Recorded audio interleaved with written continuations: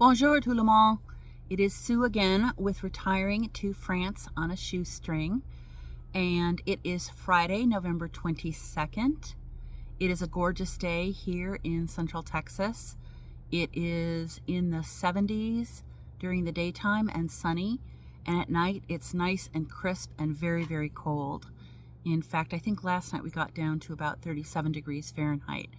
So I love this kind of weather because it makes it fun to cozy up in bed with the comforter, and it also makes it fabulous to be in the hot tub at night looking at the stars. So that is something that I hope I will be able to continue doing in France in whatever type of living situation I find myself in. So what's going on today? Actually, it's a really great day because I got the last payment for the sale of my teardrop trailer. And I haven't spoken about that yet, but that was the craziest sales experience in my life. And it all worked out absolutely perfectly great, and also for the buyer. But what happened was, when I was on the way back from West Texas, I had to stop in a dinky little town called Ozona, Texas, to charge my car. It is in a Hampton Inn parking lot, and this guy drove in to stay the night at the Hampton Inn in a totally souped up, decked out yellow Jeep. He drove over to ask me what I was doing, and he was just curious. And he was driving from Denver to the Rio Grande Valley, to Del Rio specifically, just to go on a trip, just for the heck of it. And he was asking a lot of questions about the camper, and lo and behold, an hour and a half later, after writing up a document on copy paper in the Hampton Inn Business Center, I had sold my teardrop to this guy out of the blue who was thinking about buying a teardrop trailer for his adventures.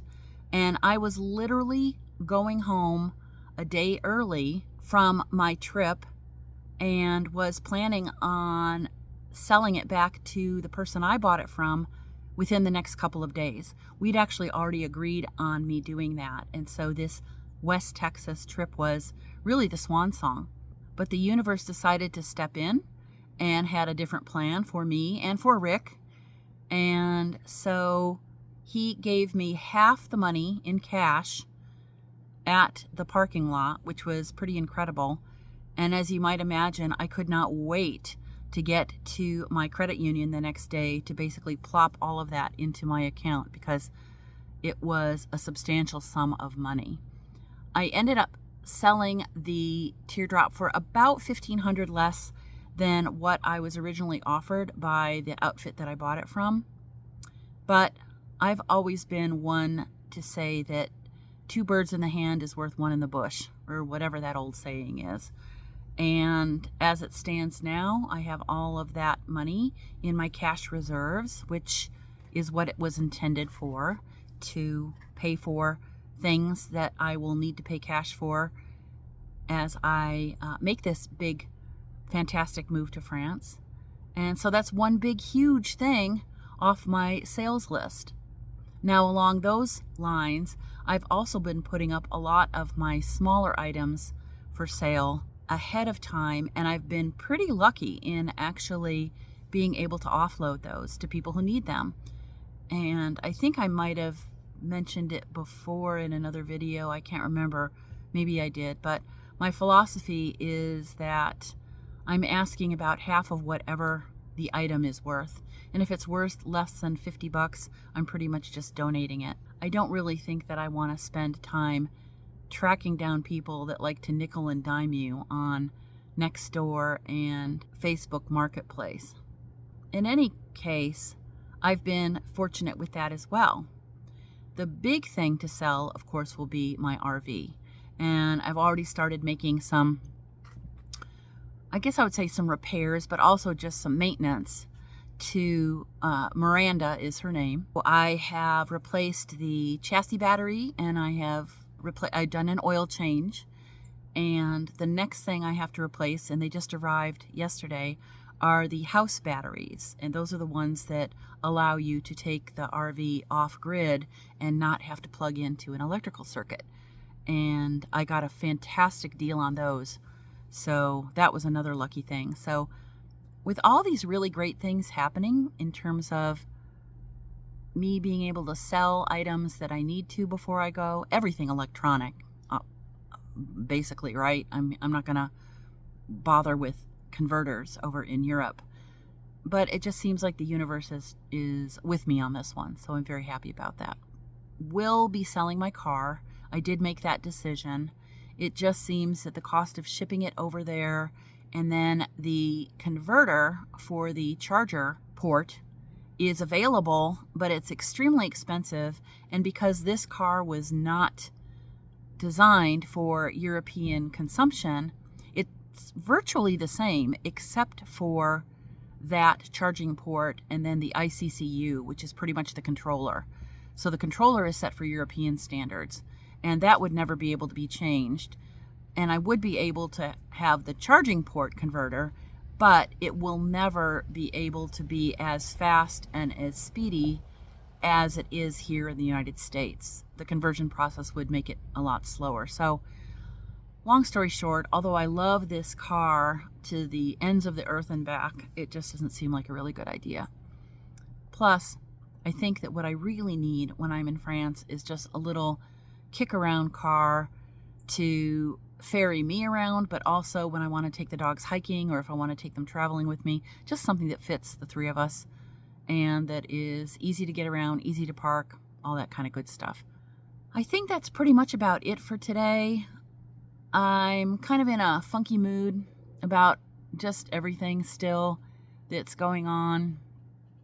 And I didn't sleep well last night, so I think that I'm just going to beg off for the rest of the day and not do a long video and maybe take the dogs for another walk, maybe take a nap. And oh yes, the one other thing that I am needing to really amp up is my French.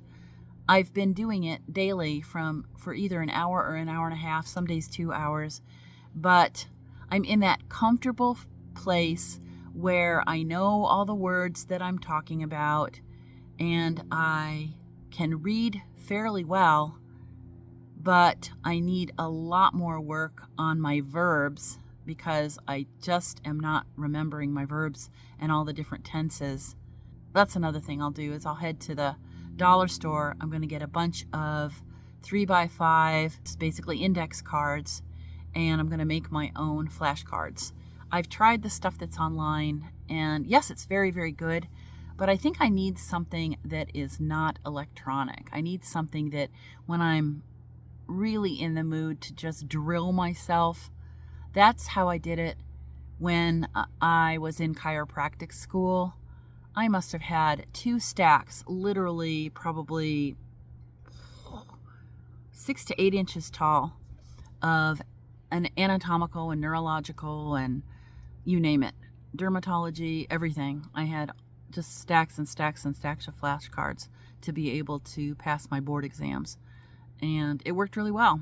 A lot of other people decided to do a board review class and spent a ton of money, but I didn't have a ton of money to spend on that. I put myself through chiropractic school and worked part-time, but I wasn't making really any money when I was in chiropractic school, 4 years of no income. And even though I do have the money to buy flashcards right now, or to actually, I wouldn't be buying flashcards, right? I'd be buying language lessons. And that'll probably come down the line. But right now, I know that I need to get a mental handle on verbs, and that's what I'm going to do. Okay, back again, Obi Bark Fest. One last piece of housekeeping here, and this does not pertain to virtually anybody who is subscribed to my channel. And again, thank you for subscribing. I appreciate every single one of you. And if you do find that this is interesting or entertaining, I would love it if you would like or subscribe, just so I can get myself out there, I guess, a little bit more. But for those individuals who watch my videos and then decide that they need to send me messages again and again and again about how they can increase my SEO and my my viewership and everything else. I appreciate that, but I'm totally 100% not interested. So that's it. That's it for the day. Hope everybody has a fantastic afternoon or evening or night wherever you are. So bonjour, bonsoir, bonne nuit, and I will see you again soon. A bientôt.